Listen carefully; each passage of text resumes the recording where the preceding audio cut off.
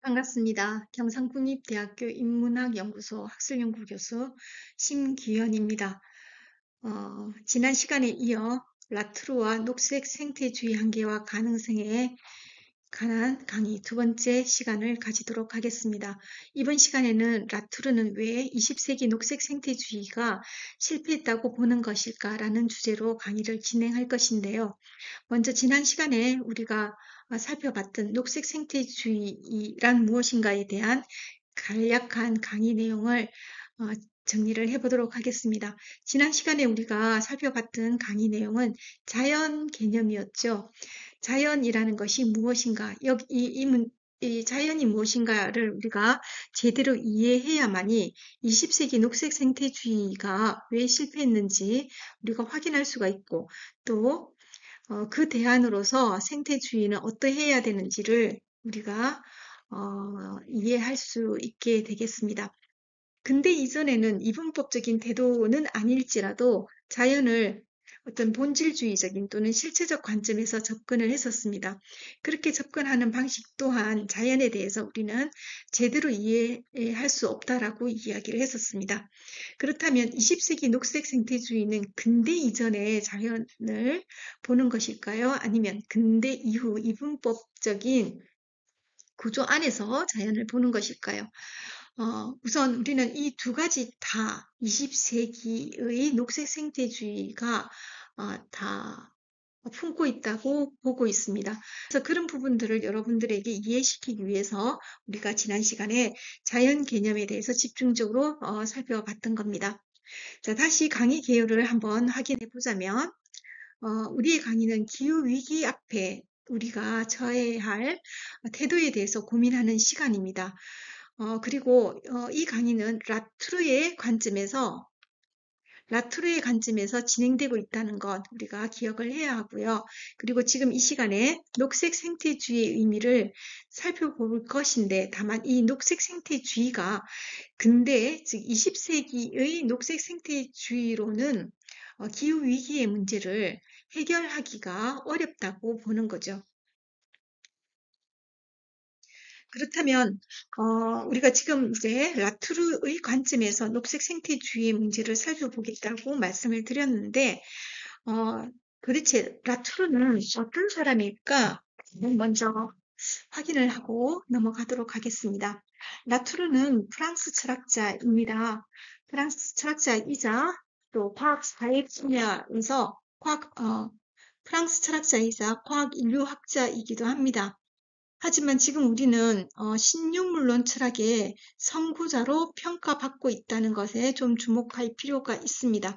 왜냐하면 자연에 대한 새로운 이해는 신유물론적인 관점으로 접근하지 않으면 여전히 본질주의에 머무르게 되기 때문이죠.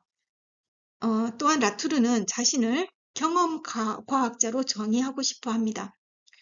관념론과 경험론 사이의 이분법적인 태도 속에서 어느 쪽에 근대 철학자들은 경험론자와 관념론자 중에서 자신의 어떤 입장들을 개진해왔죠. 하지만 현대 철학자들은 이 경험론과 관념론을 구분하는 것 자체에 대해서 조금 회의적이었고요. 그래도 굳이 이야기를 하자면 경험적인 것에 더 큰 중요성을 주었다고 볼 수가 있겠습니다. 그래서 경험 철학자라고 자신을 정의하고 싶어 했고요. 과학사회학 연구로 불리는 학체적 연구 분야의 업적을 쌓아왔습니다. 이 분야를 우리는 줄여서 STS라고 얘기하죠. Science and Technology Studies라고 하는 말의 줄임말입니다. STS는 과학기술을 인식론적이고 정치적이고 윤리적인 문제들을 포함한 매우 복잡한 사회의 맥락적 구성물로 보고 있습니다. 특히 1960년대에 STS는 등장을 했는데요. 이때 STS는 근대 초기 과학기술의 낙관적 태도에 대해서 굉장히 비판적인 입장을 취했었죠. 과학과 기술이 인류를 번성시키기는 했지만 동시에 새로운 문제들을 발생했다고 보고 있었던 겁니다. 그러니까 과학과 기술은 우리에게 축복만을 가져다 주지 않았다는 거죠.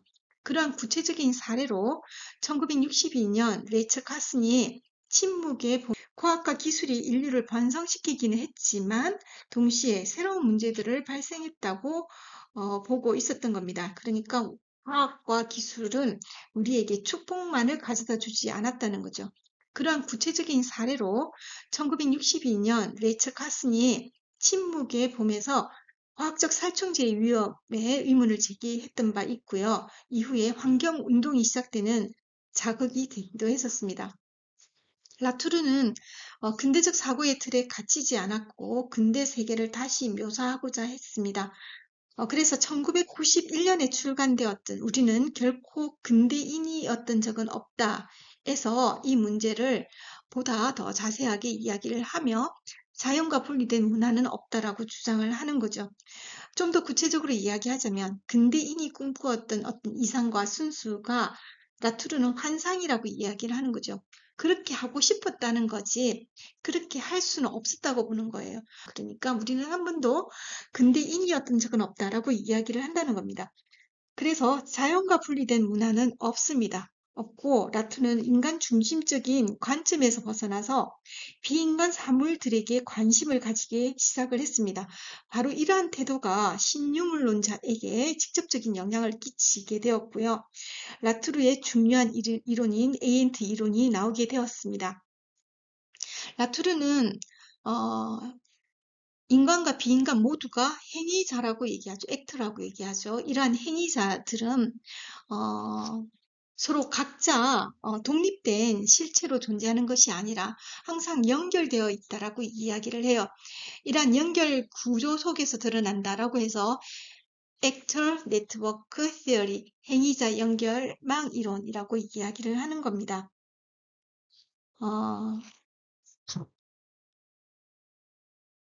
우리가 지난 시간에 녹색 생태주의를 이야기할 때도 근대 이분법이 이 자연을 어떻게 간주해 왔는지 살펴봤었습니다. 자연에 대한 잘못된 접근은 데카르트로부터 시작이 되었다라고 보는 것이 라투르의 입장인데요. 라투르는 자연과 인간을 이분화시킬 수 없다라고 보고 있었고요. 특히 자연을 기계화하는 것에 대해서 비판적인 입장을 가지고 있었습니다. 하지만 그러한 존재론적인 문제보다 더 컸던 것은 이 이원화에 숨겨져 있는 정치적인 문제였었습니다. 인간과 자연의 관계에서 인간이 우월적인 위치를 차지하고 있었고 그러한 우월적인 입장에서 자연을 통제해 왔었다라는 것, 이런 것들은 결국은 정치적인 문제에서 보지 않으면 그 문제의 심각성을 사실은 확인할 수 없었던 거죠. 그 일례로 우리는 계몽주의를 생각해 볼 수가 있는데요. 인간은 누구나 합리적 이성을 가지고 태어났지만 그 이성을 잘못 사용하느냐 또는 잘 사용하느냐 이 문제인데 그 이성적인 능력을 제대로 발휘하지 못하는 경우에는 우리 사회가 그 질서가 어지럽혀질 수 있다라는 거죠. 그래서 올바른 이성의 사용법에 대해서 강조를 했었고요. 그럼 여기서 뭐가 문제가 됐냐면 이성적이지 않은 존재들은 윤리적이지 않다. 그래서 이성적인 존재들은 비이성적인 존재들을 보호하는 것이 윤리적이다라고 되기 때문에 비이성적인 존재인 자연은 너무나 당연하게 보호받아야 되고 수동적일 수밖에 없게 되는 거예요. 보호받지 않는 자연은 위험하게 되는 거죠. 이런 것들이 바로 계몽주의의 문제점들이고 이러한 문제점들은 인간 사회에서 굉장한 갈등을 일으키게 됩니다. 20세기 녹색 생태주의는 뭐가 문제가 되었을까요? 반복해서 얘기하지만 자연에 대한 잘못된 접근이죠. 자연, 사회, 이 이원론이 자연에 대한 잘못된 접근으로 이끌었고요. 이것이 근대주의를 비판하는 가장 핵심적인 부분이기도 합니다.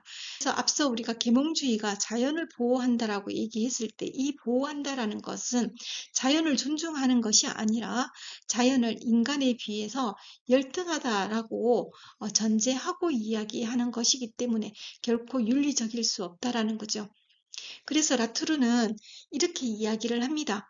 근대인의 자연은 자원의 형태로 생산에 통합되면서도 생산의 지평 밖으로 내버려졌다라고 이야기를 하는 거죠.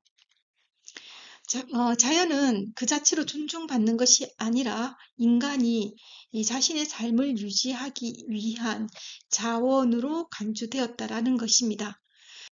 자, 우리가 시민단체에서의 이 활동들 또는 환경보호운동가들의 활동들이 원활하게 돌아가지 않고 있다는 것을 우리는 알 수가 있습니다. 왜냐하면 성장을 주도하는 정부 또는 자본가들은 이렇게 자연을 보호하고자 하는 생태운동가들과 그 이해관계가 완전히 다르기 때문에 충돌할 수밖에 없는 거죠. 그렇기 때문에 이 자연 보호라는 그거만으로는 지금 우리의 문제점들을 해결할 수 없다고 보고 있습니다. 라투르는 이러한 문제의 근원적인 태도를 시리우스적 관점이라고 이야기를 하고 있습니다. 우리가 자연 속에 들어가서 자연을 이해하지 않고 저 멀리 한 발자국 떨어져서 객관적인 태도에서 봤기 때문에 그 문제의 본질을 이해하지 못하고 있다는 건데요. 조금 실례로 우리 이런 얘기를 해볼까요? 자동차를 타고 시골길을 가요. 그런데 목가적인 풍경, 농촌의 어떤 목가적인 풍경을 보고 나도 저런 곳에서 평화롭게 살고 싶어. 도시에 지친 삶, 너무 힘들어 라고 생각을 하겠지만 실제로 그렇게 또 생각을 하죠. 그런데 실제로 농촌에서 생활을 하게 되면 우리가 바깥에서 봤었던 것처럼 그렇게 평화로운 삶은 될 수가 없습니다. 또 하나 문제는 자연적인 것에 우선적인 가치를 주게 되면 자연 중심주의가 되는 거죠. 사실 우리는 근대화가 아니라 생태화해야 돼요. 하지만 이때의 생태화는 자연 중심주의적인 생태화는 아니라는 거죠. 그렇다면 어떤 생태주의여야 할 것인가? 이것이 우리 강의가 마지막에 결론을 찾아야 하는 부분입니다. 생태운동가들은 근대인들이 상정한 시간의 화살이라는 덫에서 벗어나지 못하고 있었기 때문에 실패했다고 보는 거죠. 이런 점이 바로 라투르가 생태 문제를 정치적으로 풀어야 된다라고 이야기하는 지점이고 지금 여기서 이야기하고 있지는 않지만 녹색 계급을 이야기하는 이유이기도 합니다. 자, 그렇다면 공동체란 무엇인가? 우리는 생태 공동체의 이야기를 많이 하죠. 생태 공동체는 자연과 인간의 조화를 이야기를 합니다. 하지만 이 방법이 인간이 자연을 끌어당기는 방식이어야 할까? 아니면 자연 안에 인간이 들어가는 방식이어야 할까? 이런 두 문제 사이에서도 갈등이 일어나게 되는 것인데요. 이것은 바로 인간과 자연을 이분화시켜서 보는 입장입니다. 자, 우리가 여기서 조금 주의해야 되는 부분이 뭐냐면, 라투르가, 녹색 생태주의가 정치적인 문제로 접근해야 된다고 해서 인간과 자연인가라는 이 두 문제를 극단에 놓고 정치화해야 된다는 이야기가 아니죠. 인간과 자연의 관계는 서로 경계를 해체합니다. 인간과 자연은 서로 연결이 되어 있는 거죠. 다만 이러한 연결되어 있는 방식이라 하더라도 우리는 반드시 어떤 입장을 취해야 되는 겁니다. 근대화의 입장을 완전하게 벗어버리고 생태적인 입장으로 넘어가야 되는데 이때 근대적인 입장은 이분법적인 입장을 버린다는 의미에서 근대적인 입장을 버린다라는 것인 거죠. 존재론적인 문제와 현실적인 문제를 다 같이 고려해야 하고 이렇게 고려함으로써만이 공생과 상생의 사유 전환이 가능하게 됩니다. 지금 여기서 우리가 다루지는 않겠지만 영성의 문제를 또 생각해 보지 않을 수가 없는데요. 영성이라는 것은 도대체 생태 공동체에 어떤 의미를 제공할 것인가? 이 부분에 대해서는 우리가 다음에 다른 주제에서 강의를 할 때 좀 다뤄볼 거예요. 그런데 지금 우리의 생태 공동체는 과연 어떠한가? 또는 생태 공동체 속에 또 중요한 요소로 간주되고 있는 영성은 생태 공동체에 어떤 의미를 제공하고 있는가? 라투르의 관점에서 살펴볼 때 라트로가 제기하고 있진 않지만 이 영성의 문제를 우리는 또 고려해 보지 않을 수가 없습니다. 생태 공동체 속에 영성은 공동체를 유지하는 매우 중요한 요소로 작동하고 있습니다. 하지만 이 영성의 문제는 또 다르게 공동체를 해체시킬 수 있는 위험적 요소도 될 수가 있습니다. 왜냐하면 이 영성이라는 문제는 자연이라고 하는 자연에 생기를 부여하는 역할도 하지만 이데올로기로 작동할 수 있는 가능성 또한 배제할 수 없기 때문입니다. 두 번째 강의는 여기까지 하고 이어서 세 번째 강의 시간에 뵙도록 하겠습니다. 감사합니다.